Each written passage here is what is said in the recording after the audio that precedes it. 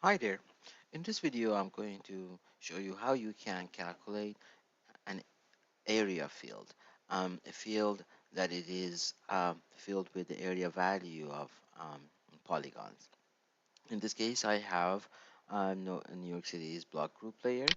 I open the attribute table of this layer, and we want to see if there is a field that might have area. For example, this one is shape area, which is often an area field, but we are not sure about the, where and who created this field and what the unit of this field is. Um, so it's worth always learning and updating your field area with the numbers that you know what they are. In this case, I'm going to create a new field. I'm going to name this new field area.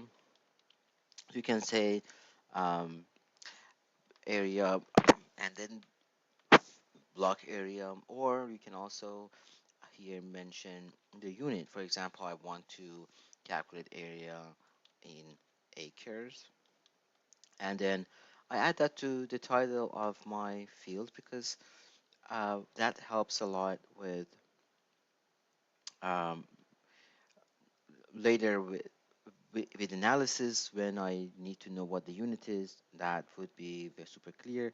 I say BG for block group area acres. And then I'm going to decide what type of data type I want to have. And we mentioned because it is a decimal point here, we are going with double. And then I'm closing this. Do you want to save all changes? Yes. This requires to put a lock on the file. So if this layer is open in another project or in another map, then you might not be able to save that change. So make sure that this layer is not being used in other places.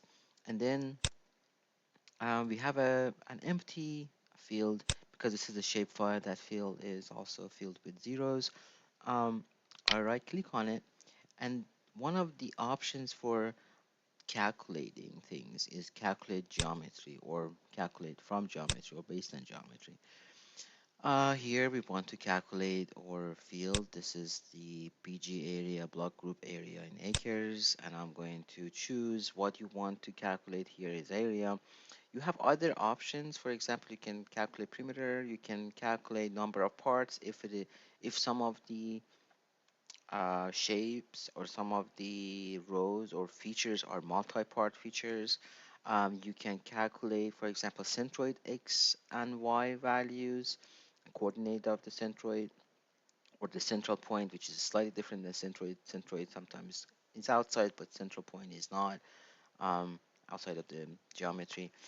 So we can say area here in this case, and I'm going to choose the unit. The unit we can choose, I mean we should because we already named it, acres. I'm going to US